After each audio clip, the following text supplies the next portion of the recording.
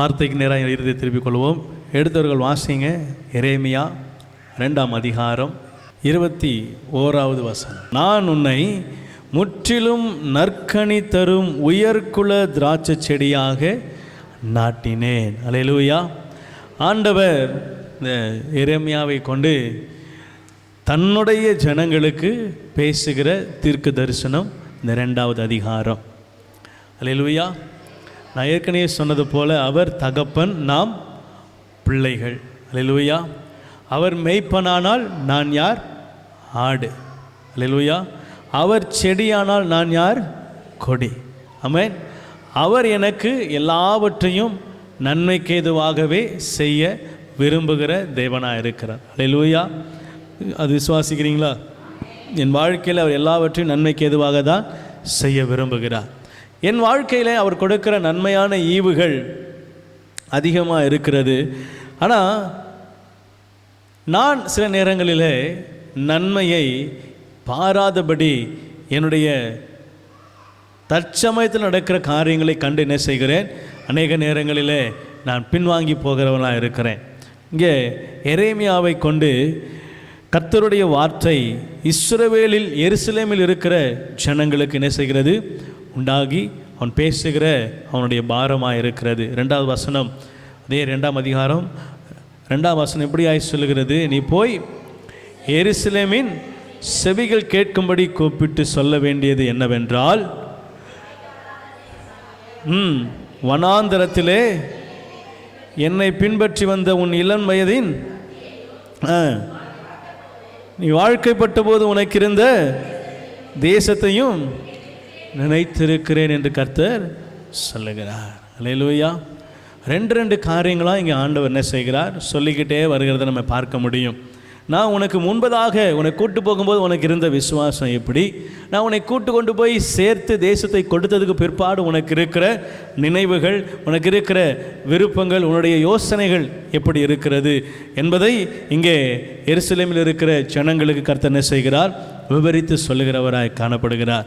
கவனிங்க, செய்தியின் தலைப்பு கர்த்தர் சத்தத்தை கேட்கும் ஆடு. அல்லேலூயா. கர்த்தர் சத்தத்தை கேட்கும். ஆமாம், கர்த்தருடைய சத்தத்தை கேட்கிற ஆடை நான் என்ன செய்யணும்? இருக்கணும். இதில் பாதி தான் கர்த்தருடைய சத்தத்தை கேட்கும் ஆடு. இதில் இந்த அதிகாரம் முழுசும் பாதி என்னது? கர்த்தருடைய சத்தத்தை கேட்காத ஆடு. அல்லேலூயா. அல்லேலூயா. ஆண்டவர் என்ன சொல்ல விரும்புகிறாருன்னா, என் சத்தத்தை கேட்கிற ஆடா இருன்னு சொல்கிறாரு. ஆனால் சில நாட்களில் நமக்கு சில ஆசீர்வாதங்கள் பெருகும் பொழுது கர்த்தருடைய சத்தத்தை கேளாத ஆடா என்ன செய்கிறோம்? மாறி போகிறோம். எச்சரிப்பின் அதிகாரமாய் இந்த அதிகாரம் எழுதப்படுகிறது. சில வார்த்தைகளை, வசனங்களை மாத்திரம் நான் உங்களோடு கூட பகிர்ந்து கொள்ள, நம்முடைய ஆவிக்கு, ஆத்மாவுக்கு அதை ஆண்டவர் ஆசீர்வதித்து தர விரும்புகிறார். என்னுடைய இருதயத்தை நான் சுத்திகரிப்பது ரொம்ப அவசியம். அல்லேலூயா. அல்லேலூயா. கவனிங்க, கர்த்தர் சத்தத்தை கேட்கும் நான் ஆடாக இருக்கணும். அல்லேலூயா. ஆண்டவர் சத்தத்தை கேளாத ஆடா என்ன செய்யக்கூடாது? மாறிவிடக்கூடாது. அல்லேலூயா. கவனிங்க, 5ஆம் வசனத்தை வாசிக்கலாம். கர்த்தர் சொல்லுகிறது என்னவென்றால், என்னை எகிப்து தேசத்திலிருந்து வர பண்ணினவரும் அவாந்திர வெளியும் பள்ளங்களுள்ள தேசமும் வறட்சியும் மரணமும் இருளும் உள்ள தேசமும் ஒருவனும் கடமாவலும் ஒரு மனுஷனும் குடியிராமலும் இருக்கிற தேசமான வனாந்திரத்தில் உங்களை நடத்தினவருமாகிய கர்த்தர் எங்கே என்று கேளாம என்னை விட்டு தூரப்பட்டு என்ன செஞ்சிட்டாங்க? மாயையை பின்பற்றி. அல்லேலூயா. போதும். கவனிங்க, ஆண்டவர் அந்த 5ஆம் வசனத்தில் அவங்க 430 வருஷத்தையும் சேர்த்துட்டாரு, அவங்க 40 வருஷ பயணத்தையும் சேர்த்துட்டார். இப்போ இத்தனை காரியங்களையும் இவங்க நான் என்ன பண்ணேன், எதெல்லாம் பண்ணேன், எதெல்லாம் என்ன செஞ்சாங்க? பார்த்தவர்கள், முற்பிதாக்கள். இவங்க எல்லாம் என்ன செஞ்சிட்டாங்க? 6ஆம் வசனம் சொல்கிறார், என்னை விட்டு தூரப்பட்டு, என்னை கேட்காம, என்னை விசாரிக்காம, என்னிடத்தில் வராமல், நான் செய்த நன்மைகளை எண்ணி பார்க்காம, மரண தேசமாக மரண இருள் எல்லாவற்றிலிருந்து என்ன செய்தேன்? காப்பாற்றி நடத்தினேன். ஆனால் என்ன செய்யலை? என் வார்த்தைக்கு எனக்கு கீழ்ப்படியலை, எனக்கு செவி கொடுக்க அவங்க இருதயம் ஆயத்தமாக இல்லை. என்ன செஞ்சிட்டாங்க? தூரப்பட்டு போயிட்டாங்க. அல்லேலூயா. மாயையை பின்பற்றினார்கள். வீணராக என்ன செஞ்சிட்டாங்க? அல்லேலூயா. ஆண்டவரை விட்டு பிரிஞ்சாலே மாயை, வீணான காரியம், அப்புறம் இன்னும் அநேக என்னென்ன வரணுமோ என்ன செய்யும், எல்லாம் வரும். ஆண்டவர் சொல்கிறார், என்னை விட்டு தூரம் போயிட்டு வீணராய் போகிறதற்கு என்னிடத்தில் என்ன அநியாயத்தை பார்த்த. ஆண்டவர் கேட்குறார், தீர்க்கதரிசி மூலமாக என்ன கேட்குறாரு? என்னை விட்டு தூரம் போகிறதுக்கு என்னிடத்தில் என்ன அநியாயத்தை கண்டாய்? நம்ம ஆவிக்குரிய ஜீவித்துக்கு வருவோம். இப்போ நம்மளுடைய வாழ்க்கைக்கு வருவோமே. நான் அறியாமையில் தான் நம்ம அநேகர் என்ன செய்கிறோம்? இந்த காரியங்கள்லாம் செய்கிறோம். இப்போ உங்களிடத்தில் ஒரு ஆசை வார்த்தையை பிசாசு கூறுறான். ஒரு நல்ல தோற்றத்தோடு நல்ல சென்ட்டு கிண்டு போட்டு நல்ல வாசனையாக உங்களோட பக்கத்தில் ஏக்கா இன்னைக்கு அந்த கடைக்கு போயிட்டு வருவோம், ரொம்ப சீப்பாக போட்டிருக்காங்க, வெள்ளிக்கிழமை தான் ப்ரேயர் நடக்குது, அடுத்த வெள்ளிக்கிழமை என்ன செய்வோம்? போய்க்கிறோம் அப்படின்னு சொல்லும் பொழுது உங்களால், அதாவது சொல்லப்படுகிற யார் சொல்கிறாங்களோ யார் கேட்குறாங்களோ அவங்க 2 பேர்களை சொல்கிறேன், சொல்கிறவங்க கேட்குற வார்த்தையை கேட்டு என்னால் ஆலயத்துக்கு வரவும் முடியும், வராமல் இருக்கவும் முடியுமா? இதுதான் நிதர்சனம், அப்படி தானே? இது என்னால் முடியும் அப்படின்னா ஆண்டவர் சொல்கிறதை கேட்டு நடக்கவும் முடியும், ஆண்டவர் சொல்கிறதை கேட்டு நடக்காமல் இருக்கவும், அவர் வார்த்தைக்கு கீழ்ப்படியவும் முடியும், அவர் வார்த்தைக்கு கீழ்ப்படியாமல் இருக்கவும் முடியும். என்னால் 2ஐயும் என்ன செய்ய முடியும்? செய்ய முடியும். கேட்டால் பரலோகம், கேட்கலனா அப்போ நான் எந்த வழியை தேர்ந்தெடுக்கிறேன் என்பது எனக்கு நல்லா என்ன செய்யுது?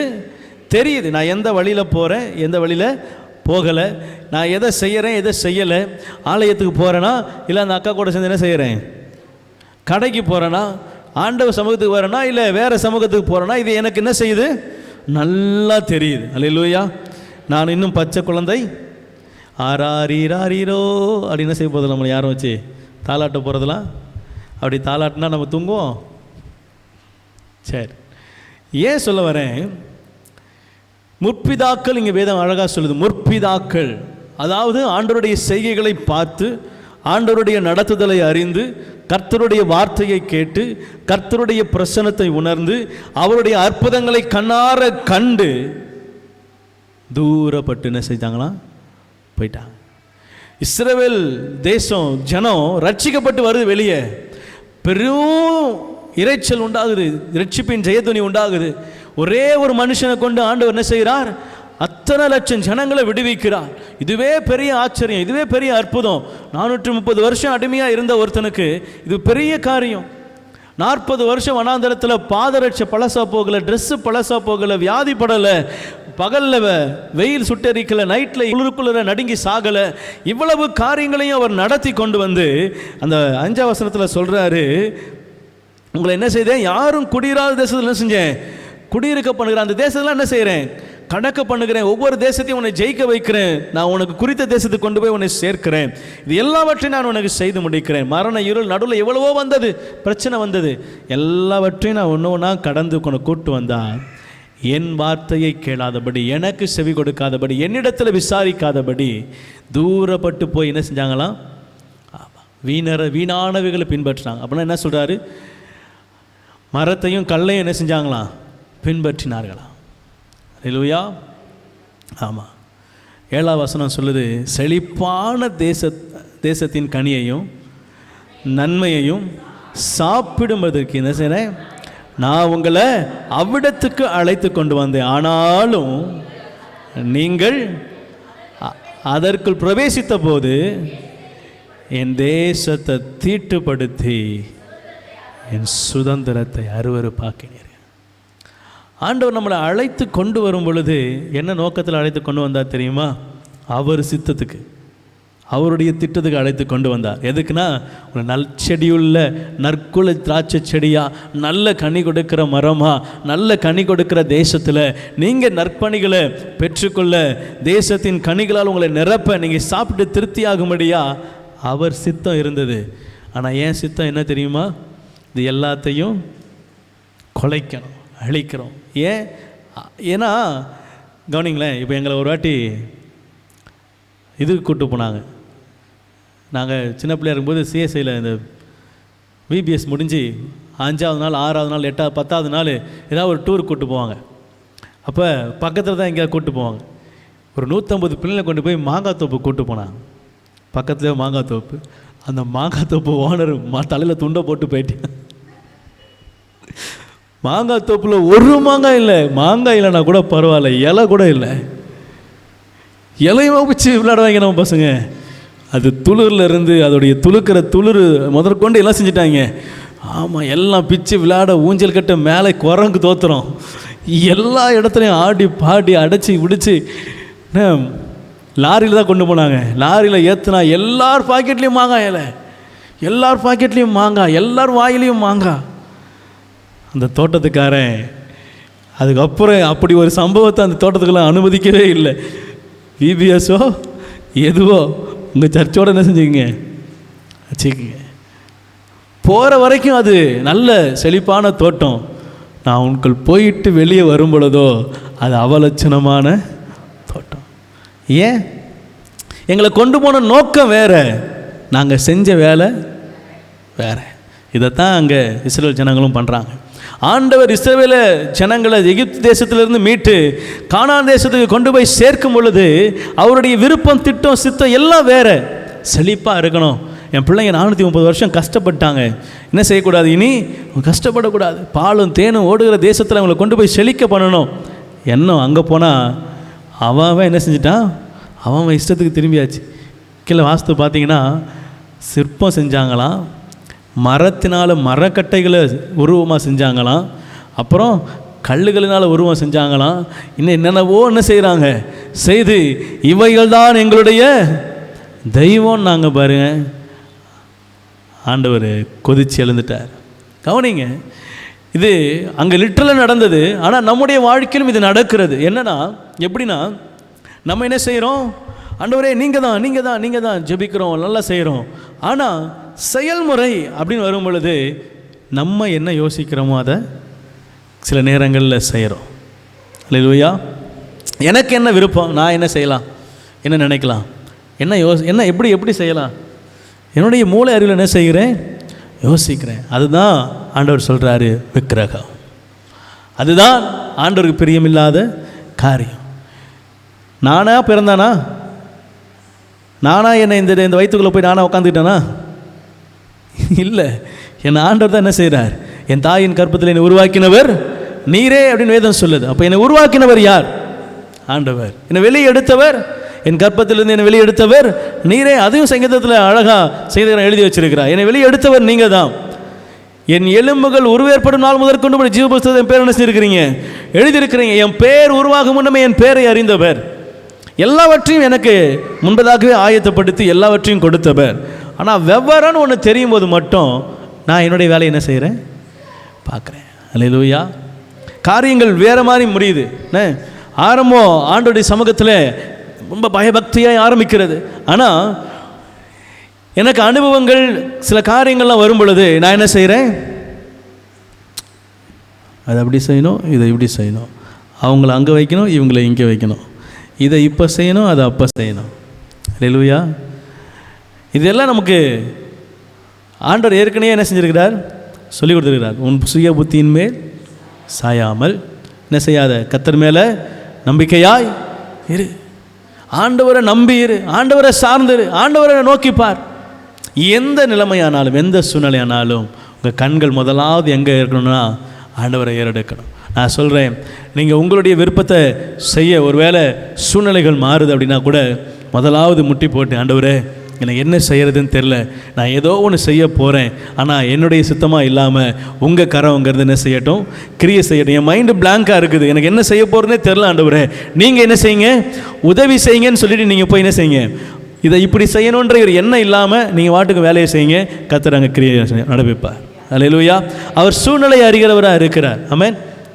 என் தேவன் இப்படி தான் அப்படின்னு என்ன செய்ய மாட்டார், ரூல்ஸ் போட்டு ரூல்ஸுக்குள்ளே உட்கார மாட்டார். அல்லேலூயா. அவர் அவர் அவர் நீதியுள்ள நியாயாதிபதி, தயவுள்ள தேவன். ஆமென். என் நிலைமைகளை நன்றாக அறிந்திருக்கிறதுனால என்னுடைய சூழ்நிலைகளை அவர் என்ன செய்கிறார், அறிந்திருக்கிறார். நான் எல்லாரும் தாவீதாக முடியுமானா முடியாது. ஆமென். சிறியது முதல் பெரியது வரைக்கும் திருப்பி கொண்டதுக்கு தாவீது பண்ண வேலை என்ன? எல்லாரும் கள்ளத்துக்கு ஏறி வரும்போது இவன் மட்டும் போய் என்ன செய்கிறான், முட்டி போட்டு ஜெபம் பண்ணி நான் இதை திருப்பிக் கொள்வேன் ஆண்டவரே விசாரிக்க. அந்த இருதயம் எல்லாருக்கும் என்ன செய்யாது, வந்துடாது. எல்லாமே போச்சு, இதுக்கப்புறம் என்ன பண்ணுவேன்னு உட்காந்து ஒப்பாரி வைக்கிற ஆட்களாக தான் நம்ம என்ன செய்வோம் இருப்போமே தவிர, ஆண்டவரே இதை இழந்துட்டேனே, இதை எப்படி திரும்ப பெற்றுக்கொள்வது, நான் இதை எப்படி உங்கள் இடத்துலேருந்து வாங்கி கொள்வது, இது எனக்கு எப்போ வாய்க்க பண்ணுவீங்க அப்படின்னு என்ன செய்ய மாட்டோம். யாரும் உட்காந்து வாய்ப்பே இல்லை, கேட்கவே மாட்டோம். நம்ம போயிருச்சேன்னு உட்காந்து என்ன செய்வோம், அழுவோம். இல்லை ஏதாவது ஒரு கஷ்டத்தில் நஷ்டத்தில் அப்படியே கையில் கணத்தை கை வச்சு என்ன செய்வோம் உட்கார். ஆனால் ஆண்டவர் சொல்கிறாரு, தாவீது அப்படிப்பட்டவன் இல்லை. ஒன்று போச்சா, ஆண்டவரே இதை என்ன செய்யணும், இங்கே நான் என்ன செய்யணும், இங்கே நீர் எனக்கு என்ன செய்ய விரும்புகிறீர், இது உங்கள் சித்தம் என்ன, என் விருப்பம் ஒன்றும் இல்லை, நீங்கள் என்ன செய்யுங்க சொல்லுங்கள். இது ஆண்டவருடைய திட்டத்தை கேட்டு செயல்படுத்துகிறவன் தாவீது. நம்மளுடைய இருதயம் அப்படியாய் மாற வேண்டும் என்பது தேவனுடைய விருப்பம். சங்கீதத்தில் ஆண்டவர் சொல்கிறார், என் தாசனாகிய தாவீதை கண்டுபிடித்தேன், என்னுடைய பரிசுத்த ஸ்தலத்தில் அவன் அபிஷேகம் பண்ணினேன். இப்படி ஒரு வார்த்தையை முன்னாடி இருந்த யாருக்கும் ஆண்டவர் என்ன செய்யலை, எந்த பரிசுத்தவானுக்கும் என்ன செய்யலை சொல்லலை. ஆண்டவர் தாவீதை மட்டும் சொல்ல, என் தாசனாகிய தாவீதை கண்டுபிடித்தேன் அப்படின்னு சொல்கிறார். அல்லேலூயா. மற்றவங்களை கூட தெரிந்து கொள்கிறாரு, ஏதோ ஒரு இடத்துல அழைக்கிறாரு, சில காரியங்கள் மூலமாக பாத்தி கட்டி தண்ணியை திரும்ப பாருங்கள், அது மாதிரிலாம் சில பேர் திருப்பி கொண்டு வந்துருக்கிறார். பவுல்லாம் அப்படி திருப்பி வந்தவர் தான், போகிற வழியில் ஒளி அனுப்பி அப்படி பாத்தி கட்டி திருப்பி வந்தவர் தான். ஆனால் தாவீதை மட்டும் ஆண்டவர் சொல்கிறாரு, கண்டுபிடித்தேன், அவனை நான் தேடி கண்டுபிடித்தேன். இப்போ உங்ககிட்ட ஒரு நல்ல ஏதாவது ஒரு அழகாக இருக்கிற பொருட்கள், ஒரே மாதிரி இருக்கிற அழகாக இருக்கிற பொருட்களை ஒரு 50-100 கொடுத்து இதை ஒன்று எடுங்கன்னு சொன்னால் எல்லாம் ஒரே மாதிரி தான் இருக்கும், ஒரே டிசைன், ஒரே கலர், ஒரே ஷேஃப், எல்லாம் ஒரே மாதிரி தான் இருக்கும். ஆனால் நம்ம என்ன செய்வோம்னா, இருக்கிறதுல எது கொஞ்சம் நல்லா இன்னும் அழகாக இருக்குது அப்படின்னு தேடி எடுப்போம். பார்த்துருக்கீங்களா? நான் பண்ணுற மாதிரி நீங்களும் பண்ணாத மாதிரி இன்னும் பார்க்குறீங்களே, அப்படி தானே எடுப்போம். என்ன சண்டே கிளாஸில் பிள்ளைங்களுக்கெல்லாம் சமோசா கொடுத்தாங்களாம். அப்போ இங்கே இல்லை, நான் சும்மா கேள்விப்பட்டதை சொல்கிறேன். சமோசா கொடுத்தாங்களாம். அப்போ சமோசா கொடுக்கும்போது எல்லா பசங்களும் எல்லாம் சமோசா தான், எல்லா பசங்களும் எது பெருசாக இருக்குதோ அந்த சமோசாவை என்ன செய்கிறாங்க, எடுத்துகிட்டு ஓடுறாங்களாம். கடைசியாக வரவனுக்கு எதுதான் கிடைக்கும், சின்னதாக குட்டியாக இருக்கிறதுலே சிறுசாக பாவப்பட்டதா பிஞ்சு போனதா அந்த போனதான் என்ன செய்யும் கிடைக்கும். அப்போ நம்முடைய எண்ணங்கள் என்ன, நமக்கு பெருசாக என்ன செஞ்சிடணும், அழகானதை என்ன செய்யணும், ஃபஸ்ட் கிளாஸ் ஆனதை என்ன செய்யணும், இதுதான் நம்முடைய எண்ணம். அப்படி தானே? அல்லேலூயா, அல்லேலூயா. ஆண்டவரும் அதுதான் விரும்புகிறார். என்கிட்ட என் பிள்ளை ஃபஸ்ட் கிளாஸாக இருக்கணும்னு என்ன செய்கிறாரு, விரும்புகிறார். நம்ம என்ன செய்கிறோம், என்ன செய்யணுமோ அதை தரமாக செய்கிறோம். கர்த்தர் நல்லவர். கவனிங்க, தூரப்பட்டு போகிற வாழ்க்கை கூட.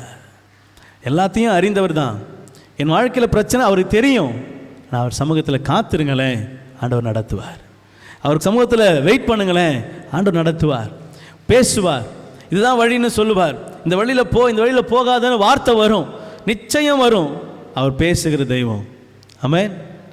கண்ணிருந்தும் காணாத, காதிருந்தும் கேளாத, மூக்கிருந்தும் முகராத, வாயிருந்தும் பேசாத, மண்டை இருந்தும் சிந்திக்காத அல்ல, பேசுகிற தெய்வம். ஆமென். கால் இருக்கும், நடக்க வராது, கை இருக்கும், எழுப்பி தொடாது, ஆனால் என் தெய்வன் தொட்டு சுகமாக்குகிறவர். ஆமென். அவர் நடந்து வரும்பொழுது நிழல்பட்டு என்ன செய்வார், சுகமாக்குறதே ஜனங்கள் அநேகமாக இருக்கிறாங்க. அவர் பார்வை பார்க்கும் பொழுதே பிசாசு நடுங்கி என்ன செய்கிறது, ஓடுகிறது. ஆமென். என் தேவனுடைய பார்வை கூட பயங்கர பவர்ஃபுல்லானது. அல்லேலூயா. வேதம் சொல்ல, அவர் இமை என்னை சோதித்தருகிறது.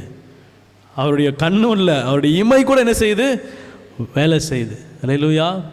என் தேவன் அற்புதமானவர், நம்ம ஆராதிக்கிறவர் பெரியவர். அவருக்கு முன்பதாக தாழ்மைப்படுங்க, காத்திருங்க. ஆண்டவர் சமூகத்தில் காத்திருக்க தான் ஆசீர்வாதம். தூரப்பட்டு போயிட்டோம் அப்படின்னா பண்ணி தீக்கிற தவிடு கூட என்ன செய்யாது, கிடைக்காது. இளையகுமாரன் போனதுக்கப்புறம் யோசிக்கிறான், என் தகப்பனிடத்தில் வேலைக்காரனுக்கு கூட பூர்த்தியான சாப்பாடு உண்டு, ஆனால் நானும் என்ன செய்கிறேன், அவருடைய குமாரனாக இருந்தும் பன்றித்திங்கிற தவிடு கூட என்ன செய்கிறேன், கஷ்டப்படுறேன். மீண்டுமா என் தகப்பனிடத்துக்கு போவேன். அந்த இருதயம் வரணும். அல்லேலூயா. ஒருவேளை நான் இது வரைக்கும் ஆண்டவருக்கு பிரியமில்லாத காரியம் செஞ்சுருக்கலாம், என்னுடைய விருப்பத்தை செய்திருக்கலாம், என்னுடைய திட்டத்தை நிறைவேற்றிருக்கலாம். என் இருதயம் சொல்லணும், இனி அப்படி நான் என்ன செய்ய மாட்டேன். அல்லேலூயா. ஆண்டவர் சொல்கிறாரு, நான் உங்களை முற்றிலும் கனிதரும் உயர்குல திராட்சை செடியா. அல்லேலூயா. First class. எப்படி தெரியுமா? குவாலிட்டியில் 2-3 குவாலிட்டி உண்டு. First class, second class, third class, low class. 4 பிரியும். ஆமென். எல்லாத்துலேயும் 4 பிரியும். கீபோர்டில் கூட இந்த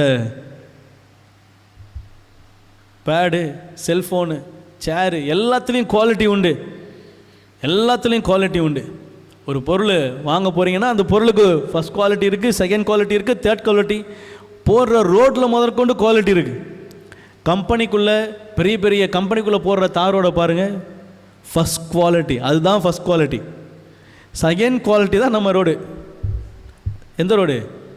4-வே ரோடு, பைபாஸ் ரோடு பார்க்குறீங்களே, அதுதான் செகண்ட் குவாலிட்டி. தேர்ட் குவாலிட்டி நம்ம பார்க்குற இந்த ரோடு, நம்ம அருப்பு ரோடு போடுறது, இது வந்து தேர்ட் குவாலிட்டி. இதுலேயும் ஒரு குவாலிட்டி, 4 குவாலிட்டி இருக்குது. பிஞ்சதெல்லாம் ஒட்டுவாங்க தெரியுமா? நம்ம சட்டைக்கு தச்சா பேட்சாக விழுற மாதிரி நம்ம ரோட்டில் அங்கே பேட்சாக இருக்கும், அதெல்லாம் 4 குவாலிட்டி. அதெல்லாம் ரொம்ப கழிச்சு போட்டது, அதை அடுப்பில் போட்டு சூடு பண்ணி என்ன செய்வாங்க, கொண்டு வந்து கொட்டி அமைக்கிட்டு போயிடுவாங்க. ஏன்னா அதில் வந்து ரோடு போட போகிறது இல்லைல்ல, ஓட்டையை அடைக்க போகிறோம். அதுக்கு நமக்கு எந்த குவாலிட்டியும் தேவை, 4th குவாலிட்டி, அது லோ குவாலிட்டி. இப்படி எல்லாத்துலேயும் குவாலிட்டி என்ன செய்யுது இருக்குது. ஒருத்தங்க விளம்பரம் போடுறாங்க, ஃப்ரிட்ஜில் லேசாக ஒரு டென்ட்டு விழுந்துருச்சு, அதனால் அது என்னது, 1 லட்ச ரூபா அந்த ஃப்ரிட்ஜுனா 50,000 ரூபா. எதுக்கு? ஒரு ஓட்டைக்கு. ஒரு ஓட்டை விழுந்துச்சு, ஒரு எங்கேயோ இடிச்சு என்ன செஞ்சிருச்சு, டென்ட் ஆகிடுச்சு. அதுக்கு அப்படியே என்ன செய்கிறான் பாதி, மற்றபடி புது ஃப்ரிட்ஜு வேர்ல்ஃபுல் அந்த இது கூட என்ன செய்யலைனோ பிரிக்கலை, அட்டைப்பட்டி கூட என்ன செஞ்சான், மொத்தமாக புதுசாக கொடுக்குறான். என்ன ஒரே பிரச்சனைனா ஒரு டென்ட் ஆகிருக்கும். அதுக்கு என்னது, அது பாதிக்கு பாதி விலை குறைவு. கவனிங்க, ஒரு சின்ன அடிப்பட்டதுக்கே பாதிக்கு பாதி அதோடைய மதிப்பு என்ன செஞ்சிருச்சு. பரிசுத்த ஜீவியம், கர்த்தர் கொடுத்த ஆத்துமா, தேவன் கொடுத்த இந்த பரிசுத்த வாழ்க்கை, இதில் டென்ட் ஆகிடக்கூடாது, சொட்டை விழுந்துடக்கூடாது, கோடு விழுந்துடக்கூடாது, குத்து பற்றக்கூடாது. என்ன செய்யணும்? கரை திரை அற்றதாய் காத்து கொள்ள வேண்டும். அல்லேலூயா. ஏன்னா பரிசுத்தம் மட்டும்தான் பரலோகம் போகும். ஆமென், ஆமென். பரிசுத்தம் இல்லாமல் ஒருவனும் தேவனை தரிசிக்க முடியாதுன்னு சொல்லாதீங்க, முடியவே முடியாது. அதாவது ஐஸ்வர்யவானுக்கு ஆண்டவர் சொல்கிறாரு, ஒட்டகம் கூட என்ன செஞ்சிருமா, ஊசி காதில் போகுமா? ஒட்டகம் முடிய 4 முடிய பிச்சு உள்ள விட்டால் கூட என்ன செய்யாது, ஊசி காதில். அப்போ ஆண்டவர் சொல்கிறாரு, ஒட்டகம் கூட ஊசி காதில் என்ன செஞ்சிடும், போயிடும். ஆனால் ஆண்டவருக்கு பிரியமில்லாதவனும் அசுத்தவானும் ஐஸ்வர்யத்தில் தான் பெரியவன், என்னை விட ஒருவனும் இல்லை என்று நினைக்கிற கணம், தலகணம் பிடிச்சவன் என்ன செய்ய முடியாதான், அதை பார்க்கறது கூட கிடையாதுன்றார் ஆண்டவர். அந்த பக்கம் கூட போக முடியாது. இந்த பக்கம் போகும்போது பார்த்து அப்படி கூட போக முடியாதான், நேர் ஆப்போசிட்டில் எங்கேயா தள்ளி விட்டுருவார். கவனிங்க, என்னோட கூட ஆண்டவர் சொன்ன காரியம் இந்த தூரப்பட்டு என்ன செய்யாதீங்க, போகாது. என் இருதயம் ஆண்டவர் விட்டு தூரம் போகக்கூடாது. நான் எப்போதும் ஆண்டவர் கூட என்ன செய்யணும், வாழ்ந்தாலும் இயேசுவுக்கா, மரித்தாலும் இயேசுவுக்கா. பாடலாய் அல்ல, வார்த்தையை இருதயத்திலிருந்து என்ன செய்யுங்க, சொல்லுங்க. கர்த்தர் நல்ல பேர். இங்கே 18ஆம் வசனம் மாதத்தை முடிக்கலாம். இப்பொழுது சீகோரின் தண்ணீரை குடிப்பதற்கு எகிப்துக்கு போகிறதினால் உங்களுக்கு என்ன பிரயோஜனம்? அப்புறம் ஐபிராத் நதியின் குடிப்பதற்கு அல்லேலூயா. இப்போ தண்ணி குடிக்கணும்னா எங்கே போவீங்க? நேராக பின்னாடி போவீங்க, அங்கே ஒரு கேனில் தண்ணி இருக்குது, அந்த தண்ணியை குடிச்சிட்டு இல்லை பக்கத்துலேயே தண்ணி வச்சுருக்கிறீங்க, எது கடை கடைன்னு செஞ்சுறீங்க. இதுதான் நம்ம செய்வோம். ஆனால் இந்த இஸ்ரவேல் ஜனங்கள், இந்த ஜனங்கள் என்ன செய்கிறாங்கன்னா, இங்கேருந்து எகிப்துக்கு போய் தான் என்ன செய்வாங்களாம். எங்கே போய்?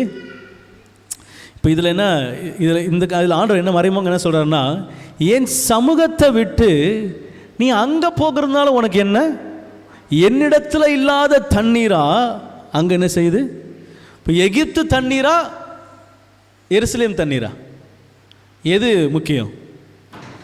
எகிப்து வாழ்க்கை வேணான்னு தான் என்ன செய்கிறார் ஆண்டவர், பிரித்து கொண்டு வரார். இப்போ நான் மறுபடியும் எங்கே போவேன்? அல்லேலூயா. ஆண்டவர் சொல்கிறாரு, உங்களை உலகத்தின் வாழ்க்கை வேண்டாம் தான் என்னுடைய சபையின் வாழ்க்கைக்குள்ளே என்ன செய்கிறேன், பிரித்து வேறு பிரித்து கொண்டு வந்து வச்சுருக்கிறேன். மறுபடியும் உலகத்துக்கே போனால், நாங்கள் உலகத்தில் தானே இருக்கிறோம் பாஸ்டர், உலகத்தில் தானே வாழ்கிறோம், உலகத்தோடு கூட தானே என்ன செய்கிறோம், அக்கம் பக்கத்தோடு பழகி தான் ஆக வேண்டியதாக இருக்குது. உண்மைதான், உன் பக்தியை மெச்சினோம். ஆனாலும் உலகத்துக்கு ஒத்த வேஷம் தெரியாது என்று கர்த்தர் சொல்லியிருக்கிறாரே, நம்ம அதிலேருந்து மாறுபடணுமே. உலகத்தோடு கூட இருந்தாலும் உலகத்தின் வாசனை இடத்துல என்ன செய்யக்கூடாது, வீசக்கூடாது. ஆண்டவர் சொல்கிறாரு, இங்கேருந்து எங்கேருந்து, எருசலேமில் இருந்து தண்ணீரை குடிக்கிறதுக்கு எங்கே போகிறாங்களாம், சீகோரின் தண்ணீரை குடிப்பதற்கு எங்கே, எகிப்து தேசத்துக்கு போகிறது தான் உனக்கு பிரயோஜனம் என்ன? ஐப்ராத் நதியில் போய் தண்ணி குடிக்கிறதுனால உனக்கு என்ன பிரயோஜனம்? நான் வச்ச இடத்துல இருன்னு ஆண்டவர் சொல்கிறார். அல்லேலூயா, ஆமென்.